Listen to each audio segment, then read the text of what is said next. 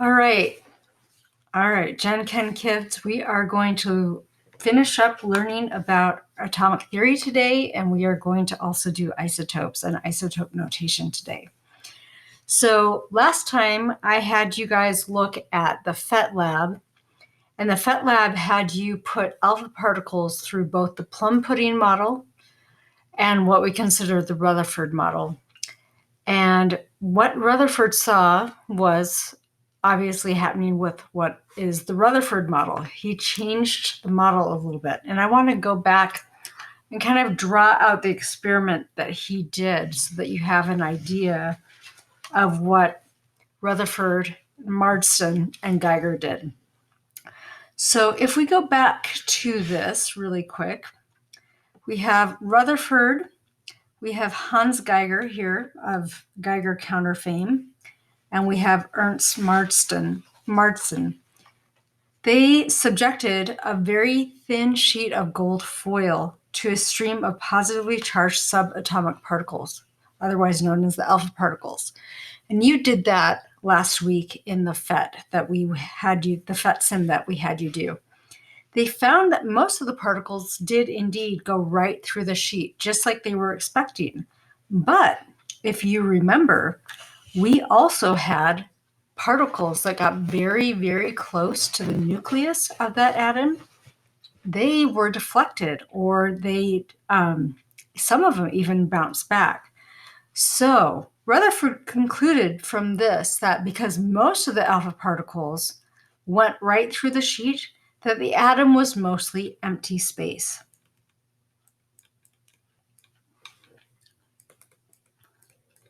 And that's what he was expecting. He was expecting most of the atom to be empty space. But Rutherford and Marsden and Geiger were very surprised to find that a few of the particles were deflected at very large angles. Some even bounced back in the opposite direction from which they started. They ricocheted. Rutherford was so surprised by this that he was quoted as saying that he was as surprised as if a cannonball were being deflected by a piece of tissue paper. So if you remember old cannonballs from war, like this, being lobbed through it by a cannon and being bounced back by tissue paper, that's how surprised he was. Rutherford later concluded that this must have been the result of something that was very small in the core that had a positive charge. So it had to be very small, very dense. For its size, it had to be very heavy, and it had to have a positive charge for the alpha particles to ricochet like they saw. We now call this the nucleus. Okay, so this is where we finally get the nuclear model. So this is the experiment that Rutherford did. The first thing he did is he put a block in the middle of an area, and this block was made out of lead. He drilled a hole into this block, and in that hole, he placed some uranium. And he didn't really know what uranium did other than it gave off particles. And he knew that those particles were positively charged. We call those alpha particles. And by the way, alpha particles with the uranium, let's put the uranium here, the alpha particles that give off are positively charged. They have a mass of 4 and they have 2 protons. So they're essentially a helium atom without any electrons. So it's a helium nucleus is what an alpha particle is. And then around that lead block, he placed a screen. So he put a screen down there, and that screen was made out of zinc sulfide. The thing that was really cool about the zinc sulfide is it fluoresces, or it kind of glows when it's hit by an alpha particle. And in the path between the lead block and the screen, he placed a sheet Oh my. He placed a sheet of gold foil. So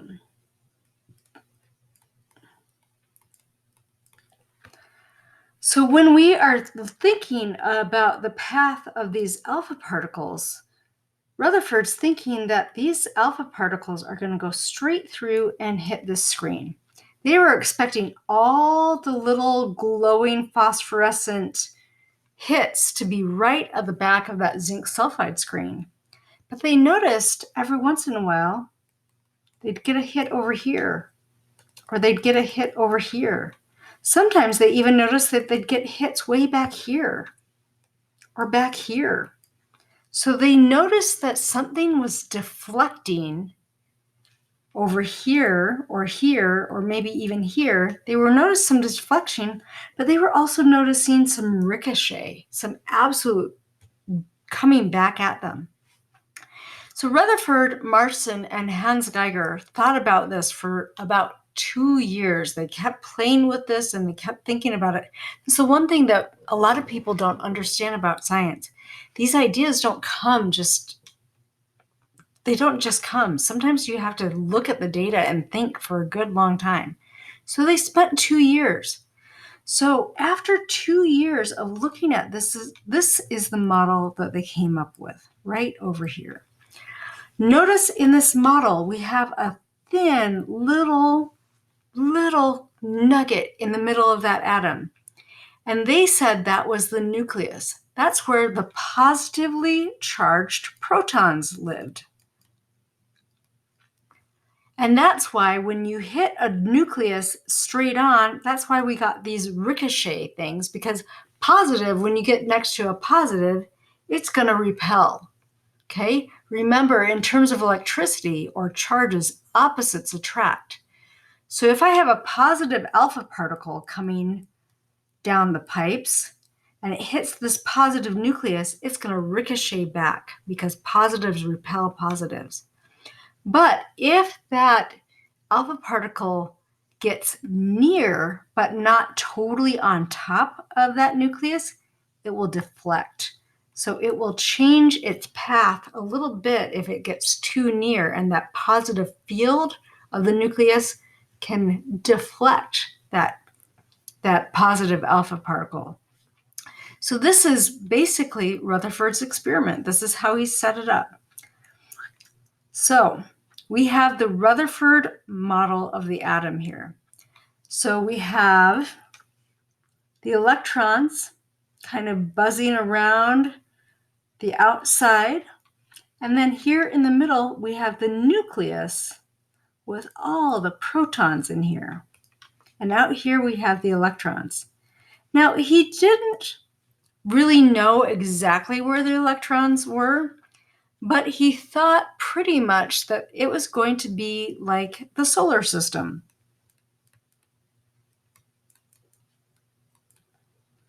Where we had like the nucleus, like the sun in the middle, and then the electrons kind of flew around in orbits like the planets do in our solar system. So that's what Rutherford thought, as well as another scientist named Niels Bohr. And we'll talk about Niels Bohr in a bit. Okay? So a third particle remained undiscovered for a long time. So at this point, when Rutherford first did his gold foil experiment, we had the proton and we had the electron. Rutherford predicted that we needed yet another subatomic particle. So he did another experiment and he figured it out, kind of. He didn't really figure it out. One of his students did. So enter our next dead guy. This is James Chadwick. He was a student of Rutherford, English. He found high energy particles with absolutely no charge. And they had essentially the same mass as a proton. So these particles are known as neutrons. And they're known as neutrons because they're neutral. They have no charge. So we have our three main subatomic particles. We have our electrons that have a charge of -1. So they have a charge of -1. and their mass, I should write this, charge of and mass of an electron is essentially 0. They're so small that we really don't count them. We have our protons with a charge of +1 and a mass of 1. And these masses are all in atomic mass units, or AMUs. And then we have our third main particle, a neutron. Notice I have a naught up here. That little 0 is called a naught. That means no charge. So we have a charge of 0, and we have a mass of 1 atomic mass units. So these are the subatomic particles that I want you to know, okay? By the way, just for kicks, we know that neutrons and protons are now made up of even smaller particles. And some of those smaller particles have really bizarre names like Boston Higgs particles. We have quarks, we have neutrinos, we have bosons, we have gluons, we have all kinds of other subparticles. But for this class, I'm going to expect you to know protons, electrons, and neutrons. You need to know where they live in the atom or where they're located in the atom, and you need to know their charges, and you need to know their mass. Okay? So we'll talk about location in a little bit longer. So here we go. Mr. J.J. Thomson again. These guys were busy. While he was working with neon, J.J. Thomson realized and he observed what seemed to be 2 different kinds of neon atoms. Remember, Dalton said atoms that were the same mass were going to be the same element. J.J. Thomson realized that he had atoms that were neon, so they were the same element, but they were different masses. So that blew Dalton's theory out of the water right there, because now we have same element but different masses. Okay? They were exactly alike chemically, but they had different masses. So atoms of the same element that have a different mass are called isotopes.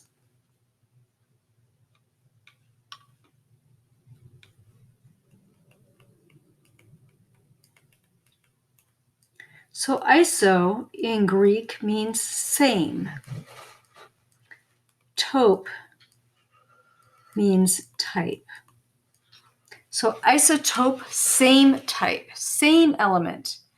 So isotopes have the same number of protons.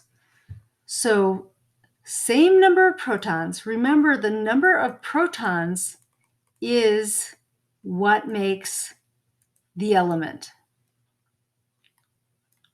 So if I have a different number of protons, I'm going to have a different element. So isotopes are always going to have the same number of protons, but they have different amount of neutrons. Okay, so it's the neutrons that make isotopes different. Okay, so here we're going to talk about the isotopes of hydrogen.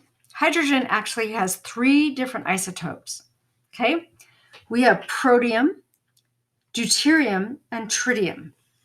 Okay, so notice they all have the same number of protons because protons make or identify the element.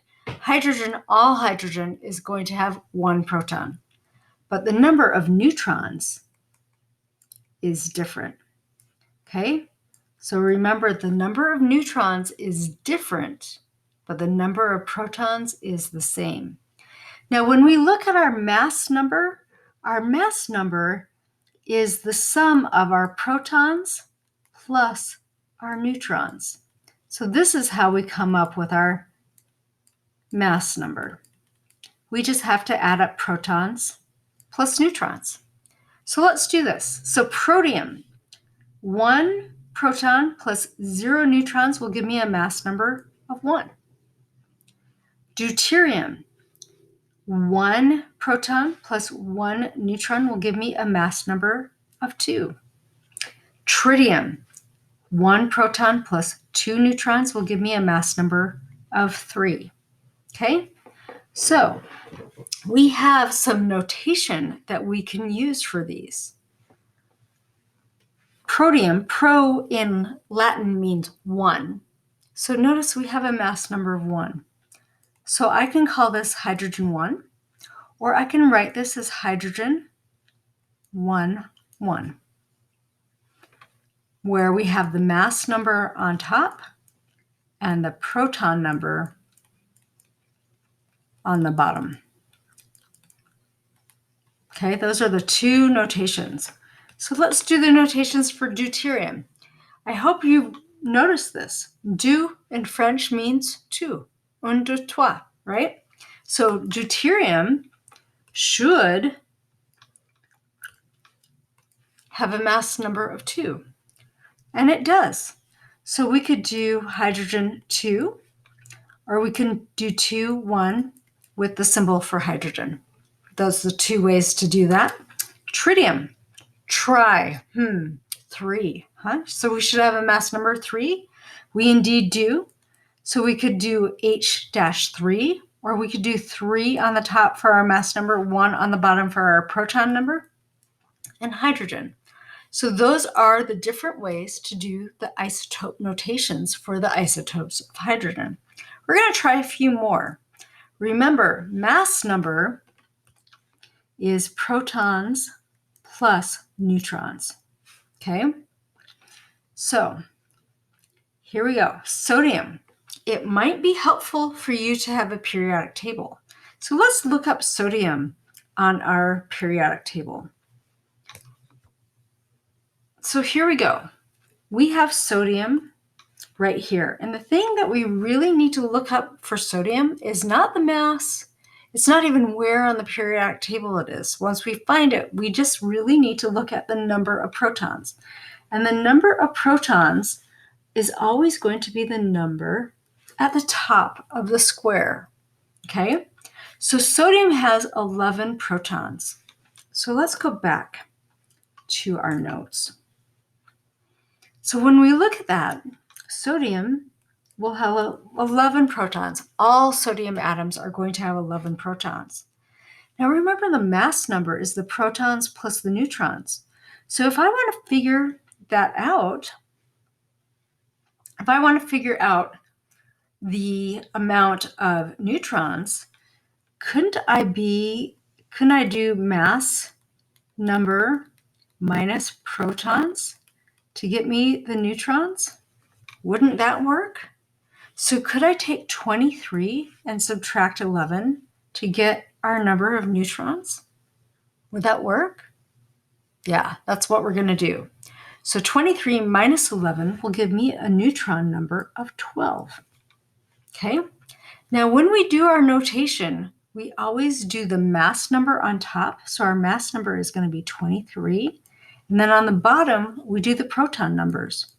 Or if we do the other notation, we just do the symbol with the dash and we do the mass number. Okay? So remember, mass goes on top and protons goes on bottom. Or if we use this notation, we use the mass number.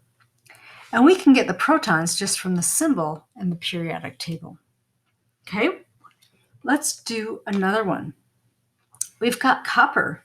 We're already given the number of protons. So I could put that right here on the bottom, right? Because the bottom number is always the proton number. And I'm given the number of neutrons. So remember, the mass number is protons plus neutrons. So if I take 29 and I add 36, that will give me 65. So my mass number is going to be 65. So I can put 65 for my mass number on top, or I can do this other notation where I have Cu-65, my mass number. So this would be called copper 65. All right, I want you to try the rest of these by yourself using the periodic table. And let's check on this really quick. Okay, so carbon. We're given our proton number already, and we're given our mass number.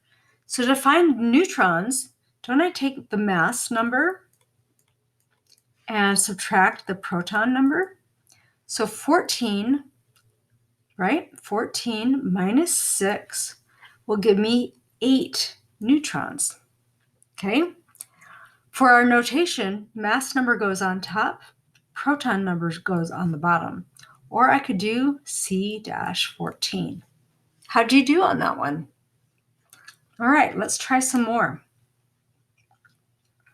Okay, I still have carbon. Notice it still has 6 protons because carbon always is going to have 6 protons. If I have anything but 6 protons, it's not going to be carbon.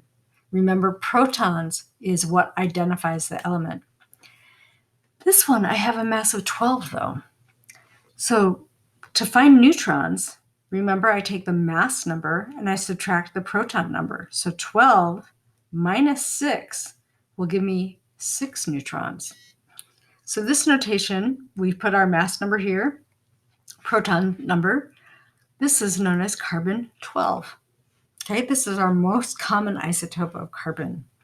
Uranium, ooh, I don't have the proton numbers, but I do have the neutron and the mass. So the proton number, could I take the mass number, 238, and subtract the neutron number to get me the proton number? Would that work? Yeah, it would. So I'm going to grab my calculator because I don't want to do this in my head. 238 minus 146. I will have a proton number of 92. So remember, we always put the mass number up top, 238, and we put the proton number on the bottom, 92. Or I could do this as uranium-238 because we always use the mass number in that notation. So uranium-238 is one of the 2 main isotopes of uranium. We have uranium-238 and we have uranium-235. Okay, helium. Ooh, we aren't given hardly anything with helium. So let's go look at our periodic table really quick. So if I look at helium really quick, I've got 2 protons and my mass is essentially 4. We're going to use a mass of 4 here. So let's go back. So I have 2 protons, and I said I had a mass of 4. It was 4.003, which is our nearest whole number is 4. So 4 minus 2 will give me 2 neutrons. So mass number and protons here, or I could use He-4. Okay, gold. Ooh, I've got a mass number, but I don't have anything else for gold. So I'm going to have to look on my periodic table again. So let's look. Gold. Right here, 79. Okay, so 79 protons here for gold.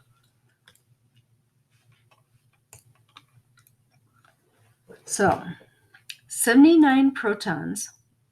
Now remember, neutrons are the mass number minus the proton number. So 197 minus 79 will give us 118 neutrons for our gold.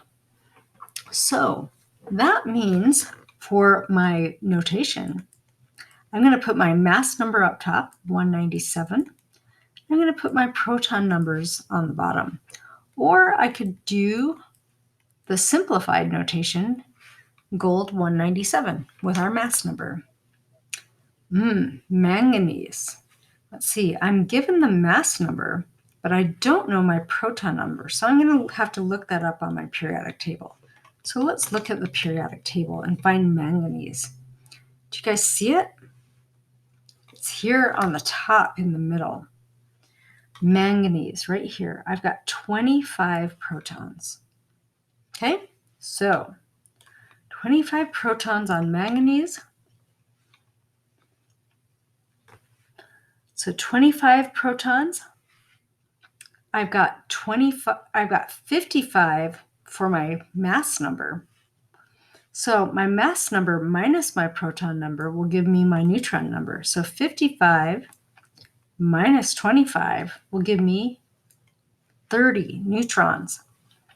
So manganese, we put our mass number on top, 55. We put our protons on the bottom, or we could do manganese dash 55. Okay, so this is how we find the amount of protons. And remember, on all of these, the amount of protons is also going to equal the amount of electrons. Okay, protons and electrons are going to be matched so far because we're not dealing with ions right now, we're dealing with atoms. So the number of protons is going to equal the number of electrons. So please place a star next to isotopes in the table above. So remember, isotopes have the same number of protons. So are there things up there that have the same number of protons that we've just gone over? Let's see. 25, 79, 6. Okay, so I think we've got our isotopes here. We've got 6 protons here in carbon 14. And we've got 6 protons here in our carbon 12. Those are indeed 2 of the isotopes of carbon. There's also carbon 13 as well. Carbon 14 we use quite a lot in anthropological sites to date how old the anthropological site is. We use radioactive carbon 14 dating to tell us how old those anthropological sites are. Okay, so here we go. Let's fill in some of these blanks. The atomic number is the number of, didn't I say that the atomic number is always the number of protons? Yeah. So the atomic number is always the number of protons in an element. So if I have the atomic number, I also have the amount of protons in an element. The mass is, what do we add? We add the protons and the neutrons to get the mass. So the mass is sum of the protons and the neutrons. So those are the 2 things that we add to get to the mass number. Okay? In neutral atoms, or atoms that don't have a charge, the number of electrons is always equal to the number of protons. So electrons are going to equal protons when we have a neutral atom. Otherwise, a non-ion, a neutral atom. So protons and electrons are going to equal. Atoms of the same element with different masses, different number of neutrons, are called isotopes. So same protons, but different number of neutrons. Okay? Isotopes are created when ions are created when the number of electrons does not equal the number of protons. So ions are created when the number of protons does not equal the number of electrons.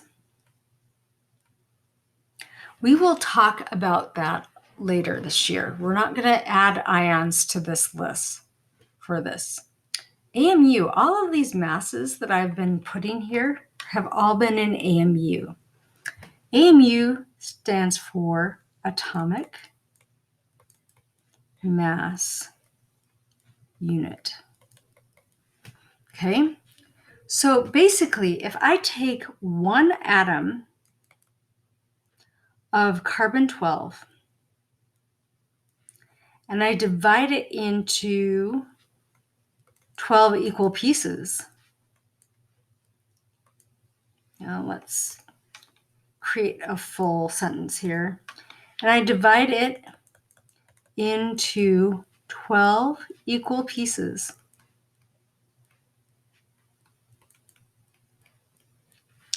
One piece of that atom would be 1 AMU. Okay? So atomic mass units are based off of carbon-12.